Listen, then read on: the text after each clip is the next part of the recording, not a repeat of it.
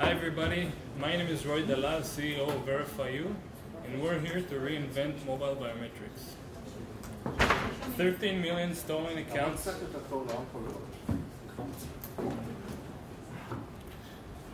13 million stolen accounts in 2014, which led to $16 billion in losses. This means an identity theft every 2 seconds. The product I'm about to show you is what we call the biometric one-time password. We took the known concept of the one-time password and added Verifyoo's biometric layer on top of it.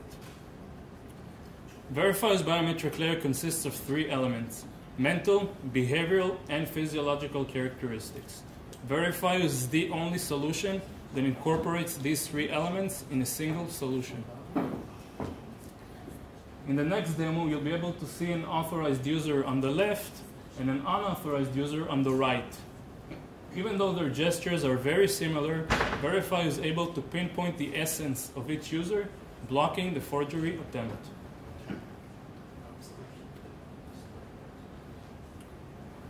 But why is a solution required?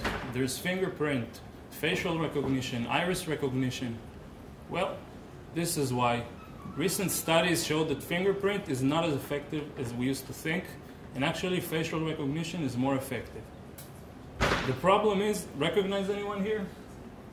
The problem is that researchers show that you can create 3D models of faces downloaded from Facebook and defeat the liveness detection of facial recognition.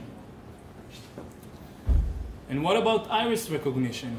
Well, iris recognition is much like walking around with a password taped to your forehead. A German hacker showed a POC of how you can download images publicly available and actually forge iris recognition, fooling it and bypassing the protection.